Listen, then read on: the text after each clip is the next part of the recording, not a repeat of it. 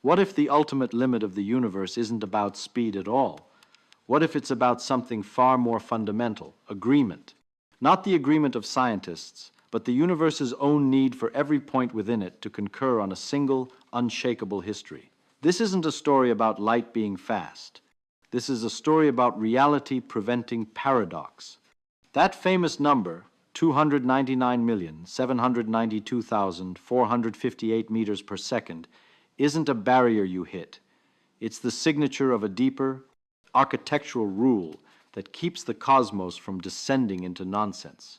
Let's explore this from three bizarre angles you've likely never connected. First, the black hole firewall and the end of conversation. Imagine you're in command of a starship, and you decide to punch it, accelerating harder and harder. In your fervor to push the limits, you might think the constraint is your engine power, but the true constraint is far stranger. As you approach the speed of light, from the perspective of the universe outside your ship, your acceleration appears to asymptotically diminish. You need exponentially more energy for each microscopic gain. Now, think about a black hole. The event horizon is a point of no return, not because of gravity's raw pull, but because to escape it, you would need to achieve escape velocity, which at that boundary equals the speed of light. The horizon is, in a deep sense, a causal boundary. Inside, no signal, no influence, no shred of information can ever reach the outside. This isn't just gravity being strong. It's the universe enforcing a total communication breakdown to preserve the consistency of causality outside. The speed of light limit and the event horizon are two manifestations of the same principle, a maximum rate for establishing connection. If you could exceed it, you could theoretically send signals from inside a black hole, shattering our understanding of these objects. The limit isn't a speed bump. It's the universe's definitive do not disturb sign on certain regions of spacetime, ensuring that cause and effect remain orderly. Second, quantum entanglement and the illusion of spooky action. Here's a famous head-scratcher. Two particles become entangled, their fates linked. Separate them by light years, measure one, and its partner instantly assumes a correlated state.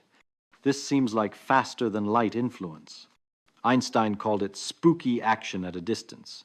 But crucially, this spooky action cannot be used to send a message, a bit of information like a 1 or a 0 faster than light. Why? Because the outcome of your measurement on your end is random. You cannot force it to be a specific state to encode data. Your friend, light years away, sees only random outcomes until you both compare notes, which must happen via a classical light speed or slower channel. The entanglement correlation is a pre-established silent agreement written into the fabric of reality at the moment of entanglement. It's not a signal, it's a revealed correlation. The cosmic speed limit here acts as the enforcer of non-communication. It allows the weird, probabilistic links of the quantum world to exist without breaking the relativistic rule that information, the kind that allows you to transmit will, choice, or meaning, has a strict speed limit. It's as if the universe permits hidden connections, but fiercely guards the channels of meaningful dialogue. Third, the thermodynamics of computation and the Margulis-Levitin theorem. This one comes from the edge of computer science and physics.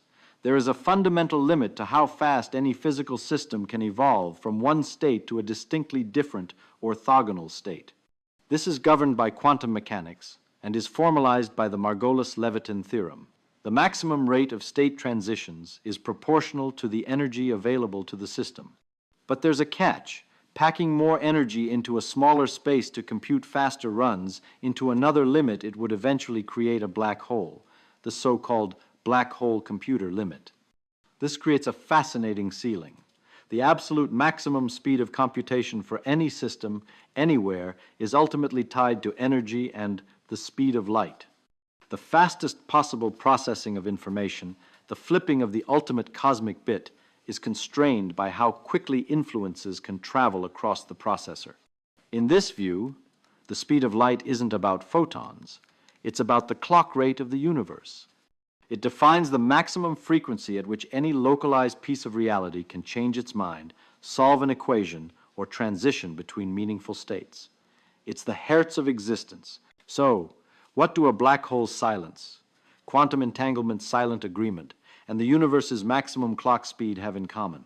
They all point to the speed of light not as a travel limit, but as the causal connectivity limit. It is the finite speed at which one event can decide the outcome of another event elsewhere. This is why faster-than-light travel is such a misnomer. The problem isn't going fast. It's that moving between 2 points faster than a light signal could connect them scrambles the objective sequence of events. Who caused what? What happened first? The answers become observer-dependent, and the solid story of the universe turns into a choose-your-own-adventure novel with contradictory plots. The unconventional conclusion is this: the speed of light is likely not the most fundamental constant in this setup. It may be a derivative of two deeper things: the maximum allowable energy density of space-time, which prevents infinite computation and creates black holes, and the quantum granularity of information itself, the Planck scale. The speed emerges as the ratio between these fundamental scales, the Planck length and the Planck time. It is the conversion factor that tells us how the universe translates between the geometry of space and the flow of time, all in service of maintaining a consistent, paradox-free ledger of events. Light just happens to be the most pristine messenger in this system, massless and unobstructed. Therefore, when you hear nothing can go faster than light, translate it in your mind. No meaning can be established faster than this. The universe isn't limiting your engine. It's protecting the integrity of story, cause, and effect, the very things that make reality coherent instead of chaotic. The limit isn't a wall. It's the rule that allows the game to be played at all. So, what does this all truly reveal? This limit isn't a flaw or a shortcoming of the universe. It is, in fact, its most robust and consistent feature. Think about it. If this causal connection speed were infinite, everything would happen everywhere at once. There could be no dimension of time, no before and after. The universe would be a single, static, frozen fact, a cosmic photograph with no narrative, no change, and no story. The speed of light, this causal speed limit, is what carves the possibility of story from the raw material of existence. It creates the stage where events can unfold in a sequence, where consequences follow actions, and where history can be written in an objective order that all observers can, in principle, agree upon. It is the reason the universe has a past, a present, and a future that are meaningfully distinct. Therefore, when we bump up against this limit in our particle accelerators, our theories, and our dreams of interstellar travel, we are not hitting an arbitrary wall. We are encountering the foundational grammar of reality itself. It's the rule that allows for anything interesting to happen at all. The limit isn't what restricts the universe. It's what gives it structure, sequence, and a story worth telling. In the end, the cosmos isn't defined by what it prevents, but by the beautiful, coherent reality that this very prevention makes possible.